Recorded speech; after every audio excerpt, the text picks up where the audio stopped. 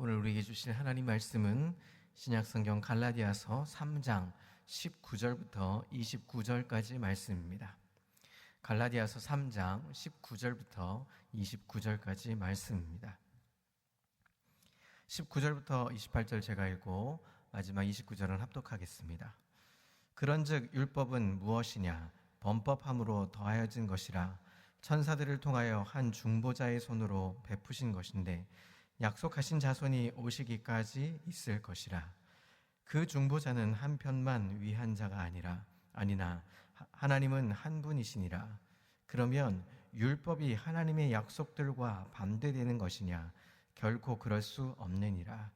만일 능히 살게 하는 율법을 주셨더라면 의가 반드시 율법으로 말미암음이라. 그러나 성경의 모든 것을 죄 아래 가두었으니 이는 예수 그리스도를 믿음으로 말미암는 약속을 믿는 자들에게 주려 함이라. 믿음이 오기 전에 우리는 율법 아래에 매인 바 되고 계시될 믿음의 때까지 갇혔느니라. 이같이 율법이 우리를 그리스도께로 인도하는 초등교사가 되어 우리로 하여금 믿음으로 말미암아 의롭다함을 얻게 하려 함이라. 믿음이 온 후로는 우리가 초등교사 아래 있지 아니하도다. 너희가 다 믿음으로 말미암아 그리스도 예수 안에서 하나님의 아들이 되었으니 누구든지 그리스도와 합하기 위하여 세례를 받은 자는 그리스도로 옷 입었느니라. 너희는 유대인이나 헬라인이나 종이나 자유인이나 남자나 여자나 다 그리스도 예수 안에서 하나이니라. 함께 읽습니다. 너희는 그리스도의 것이면 곧 아브라함의 자손이요 약속대로 유업을 이을 자니라. 아멘. 할렐루야. 오늘도 하나님의 은혜와 평강이 삶에 넘치시기를 그리스도 이름으로 소망합니다. 이 갈라디아서 전체에 흐르고 있는 이야기는 자유의 대헌장이라고 말합니다. 어떤 것을 얘기하냐면 죄와 율법 그리고 은혜의 관계를 설명하면서 결국 예수 그리스도로 말미암아 우리는 구원을 받게 되고 그 은혜를 받게 되면 우리는 자유할 수 있다라는 것이죠. 이것을 우리가 주된 내용으로 삼고 오늘 본문을 좀 대하면 본문이 그렇게 어렵게 느껴지진 않을 것 같습니다. 오늘 19절부터 29절까지를 보면 굉장히 복잡한 구조로 되어 있는 것 같아 보이지만 아주 쉽게 이 새벽인지라 아주 깊은 내용들을 다 다룰 수는 없지만 우리가 왜 이런 내용들이 있는지를 살펴보면서 오늘도 주시는 말씀을 기대하며 소망을 갖기를 원합니다. 19절에 보니까 그런즉 율법은 무엇이냐? 범법함으로 더하여진 것이라 라고 말합니다. 율법으로 난 의를 폄하하는 듯하게 이제 바울이 사람들에게, 유대인 그리스도인들에게 또 이방인의 사도로 부름받은 사람들이 이제 어떻게 그 자유를 누릴 수 있을까를 이제 율법에 대한 관계로 설명하는데, 그렇게 이제 설명하다 보니까 사람들은 이렇게 생각합니다. 그러면 율법은 폐기되어야 하느냐? 율법이 그렇게 은혜로 말미암아 예수 그리스도로 안에서 은혜로 말미암아 구원을 받았다면 그러면 굳이 율법이 이제 필요하지 않는 것이냐, 없어져야 되는 것이냐를 이제 반문하게 되죠. 그 반문에 바울은 율법의 바른 이해를 제시하고 있습니다. 자, 율법은 어떤 것이냐? 율법은 무엇이냐? 19절에 보니까 범법함으로 더하여진 것이다 라고 얘기합니다. 율법은 어떤 것이냐면 우리가 죄를 깨달을 수 있도록 하는 장치라는 겁니다. 여러분, 법은 어떤 것이죠? 인간이 우리 세상의 법을 준수하여서 질서를 바로 잡는 것이죠. 구약시대에 이 한 중보자는 모세를 가리킵니다. 이 모세를 통해서 율법을 받았습니다. 하나님의 율법을 받았습니다. 그 율법은 딱 두 가지로 우리가 정리할 수 있죠. 하나님에 대한 우리의 마음과 우리가 어떻게 하나님에 대해서 우리가 예배하며 살 것인가, 그리고 세상 삶을 통해서 우리는 어떻게 하나님의 사람으로 세움받아야 되는가를 우리가 십계명을 통해서 알 수 있죠. 그런데 율법은 다 지킬 수 있느냐? 우리가 율법을 다 지키며 살 수 있습니까? 그럴 수 없다는 것이죠. 왜냐하면 어떻게 인간이 율법을 다 지킬 수 있겠습니까?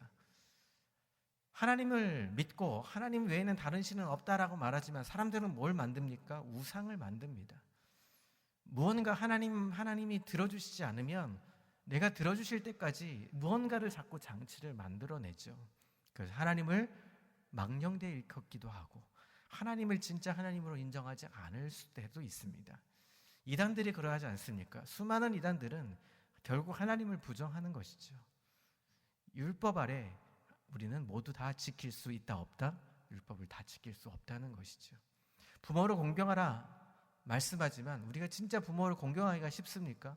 쉽지 않습니다. 간음하지 말라 쉽지 않습니다.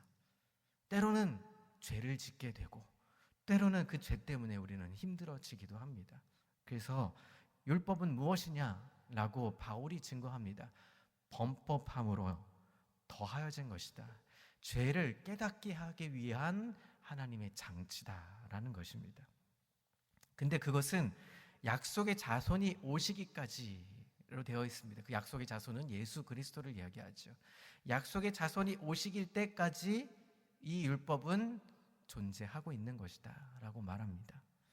자, 그러면 21절에 이렇게 말합니다. 자, 그러면 율법이 하나님의 약속들과 반대되는 것이냐? 라고 질문을 합니다. 그러면 예수 그리스도는 율법과 반대되는 것이냐? 라고 질문을 하죠. 그런데 결코 그렇지 않다라고 말합니다. 왜냐하면 만일 능히 살게 하는 율법을 주셨더라면 우리가 율법이 정말 완성적인 율법이라면 뭐라고 얘기합니까? 의가 반드시 율법으로 말미암게 된다라는 것이죠. 이제 예수 그리스도가 율법 아래에 존재하는 분이 된다라는 겁니다. 예수님 어떤 분이십니까? 율법의 완성자로 이 땅에 오신 것이죠. 너희가 율법에 하나님을 망령되이 일컫지 말라. 무엇입니까? 망령되이 읽지 않도록 예수 그리스도를 이 땅에 보내셔서 그 죄 많은 이 관영한 세상에 구원자가 되어주시고 율법의 완성자로 이 땅에 오셨다 하는 거죠. 그런데 율법이 만약 예수 그리스도보다 위에 있다면 율법만 믿지 예수 그리스도를 믿겠습니까? 그렇지 않다는 거죠. 그래서 예수 그리스도 의가 반드시 율법 위에 있어야 한다는 것을 설명해 주고 있습니다.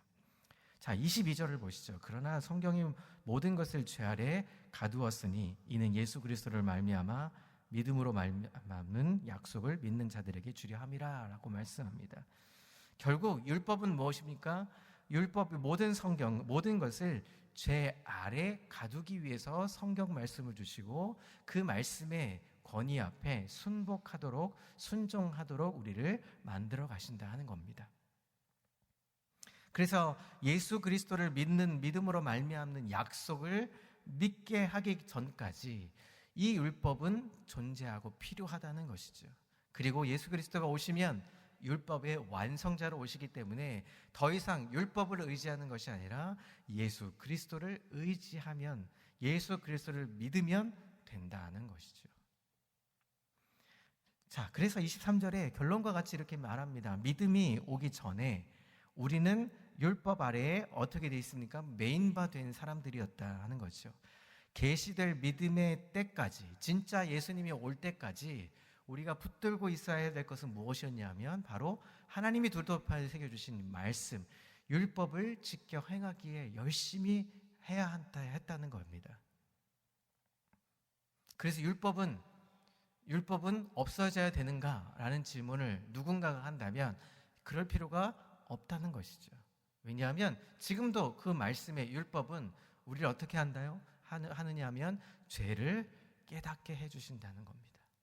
내가 하나님 앞에 온전하게 살았는지, 내가 부모를 공경하며 살았는지, 내가 범죄하지 않고 살고 있는지를 판단 기준을 만들어주는 것이죠. 그래서 혹시 내 안에 죄가 들어와서 내가 하나님과 멀어지는 때면 어떻게 해야 합니까? 예수 그리스도를 더 의지하고 더 믿음 가운데 살려고 애써야 되는 것이 바로 율법의 완성자 예수 그리스도를 믿는 것이죠. 그래서 계시된 믿음이 올 때까지 그것을 지켜 행하기 위한 방편이다였다는 것입니다.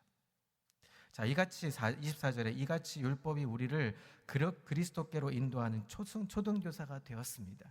그 이전에는 16살이 되기까지 6살부터 16살 때까지 가정교사가 그 당시에 존재했습니다. 그래서 가정에서 마치 우리가 지금 학교를 가잖아요. 근데 그 당시에는 학교가 없었고 이제 가정교사가 이제 말씀을 가르치고 양육하는 시스템이었습니다. 그러니까 초등교사가 되어서 그리스도께로 인도하는 초등교사들이 있었고, 이제 우리로 하여금 믿음으로 말미암아 의롭다함을 얻게 된 것은 누구로부터 오는 것입니까? 바로 예수 그리스도로부터 시작되었다 하는 것입니다. 그래서 25절이 믿음이 온 후로는, 예수 그리스도가 온 후로는 우리가 초등교사 아래에 있을 필요가 없다는 것입니다. 왜냐하면 예수 그리스도가 모든 것에 완성되시기 때문입니다. 그래서 26절에 이렇게 말합니다. 너희가 다 믿음으로 말미암아 그리스도 예수 안에서 하나님의 아들이 되었다. 우리가 예수를 믿으면 어떻게 됩니까? 하나님의 자녀가 되는 권세를 주시게 되는 겁니다.